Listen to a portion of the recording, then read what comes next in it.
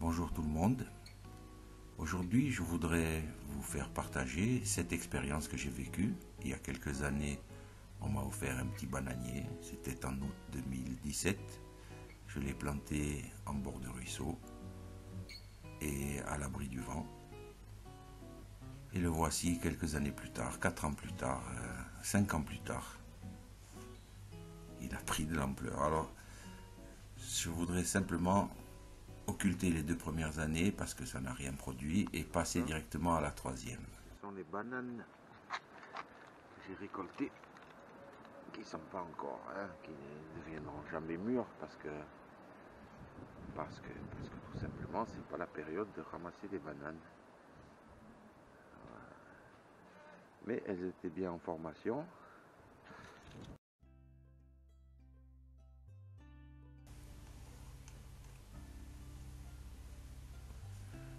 Alors ce que j'ai découvert, c'est que la fleur de bananier était comestible.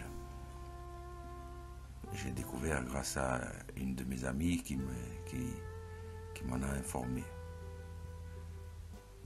Voilà, il suffit de l'éplucher, d'enlever les petits régimes de bananes qui sont toujours à l'intérieur et de découper en tranches en fines rondelles et ensuite préparer selon les recettes. Moi cette année-là c'était à la mode vietnamienne. Alors là vous voyez simplement les rondelles, hein. Vous ne voyez pas le préparatif de la recette. Toujours la même année, quelques mois après, j'ai récolté le régime et entre-temps avait continué à grossir. Mais nous étions quand même au mois d'octobre. C'était quand même pas trop la saison où on doit pouvoir ramasser. Normalement, ça devrait être plus tôt. Je les ai suspendues en extérieur et j'ai attendu qu'elles mûrissent. Ça m'a pris environ 2 mois pour arriver au résultat. Et voilà que un beau jour de la fin décembre, j'ai épluché la première banane. Alors d'aspect comme ça, elle c'était pas terrible, mais de goût encore moins. Voilà, comme c'est écrit en dessous, c'est pas du tout sucré. Il n'y a plus qu'à patienter, voir l'année prochaine, la 5e année. Peut-être sera-t-elle la bonne.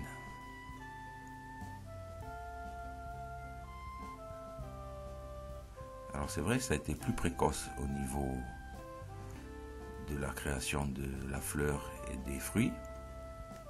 Et puis au niveau de la récolte aussi. J'ai attendu le 10 septembre et puis j'ai décidé de tenter ma chance.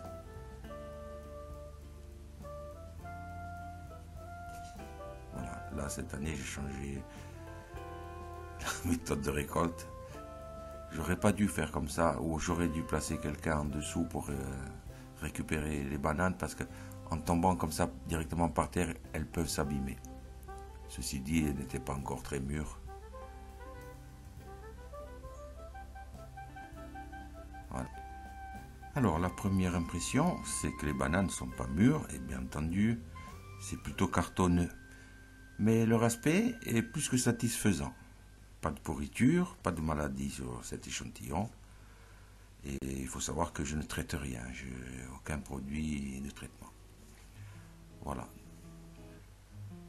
Coupées sous forme de main, 4 ou 5 bananes, et mises dans des glacières cette année, avec des pommes qui vont dégager de l'éthylène et qui sont censées accélérer le mûrissement. Et là, au moment où je les place, il s'est déjà passé 4 ou 5 jours. J'ai lavé les mains, je ne sais pas si je l'ai dit. C'est important de les laver avant de les placer. Résultat, d'ici 1 semaine.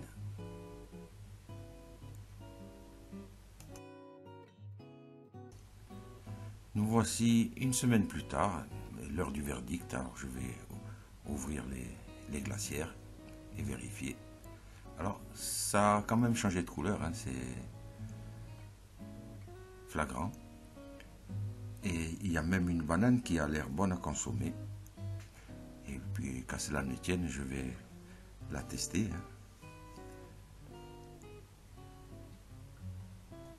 Là, elle a vraiment l'aspect d'une banane qu'on peut consommer. la souplesse, la texture. Il n'y a plus qu'à la tester, à la goûter, hein, c'est le dernier test. Et là, on peut dire que le résultat est bluffant, c'est rien de le dire. C'est un goût très fruité, différent de ce qu'on peut trouver dans le commerce. D'ailleurs, plusieurs personnes peuvent en attester. Et là, ce sont les dernières, elles sont même presque trop mûres 10 jours après. Alors, l'an prochain, j'essaierai d'étaler le processus de mûrissement, ne pas tout faire en même temps. Au niveau de l'entretien, la seule chose que je fasse, c'est ce que vous voyez, c'est de couper la tige principale. Parce qu'une fois qu'elle a produit, elle produit une seule fois dans sa vie. Et une fois qu'elle a produit, il faut la couper. Et une autre chose que j'ai appris tout au long de ces 5 années, c'est qu'on pouvait utiliser le tronc pour planter des salades ou d'autres petits légumes. Il suffit de faire des trous de 10 cm en tous sens, remettre de la terre, planter les salades, arroser une fois et ensuite laisser grandir sans arroser. Alors l'avenir du bananier, c'est ces petites pousses, hein, ces petits rejets qu'on voit, ce sont les futures tiges qui vont produire dans les années à venir.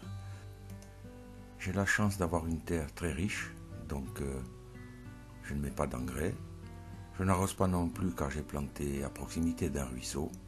Je laisse la nature faire son œuvre et ça se passe pas trop mal jusqu'à présent.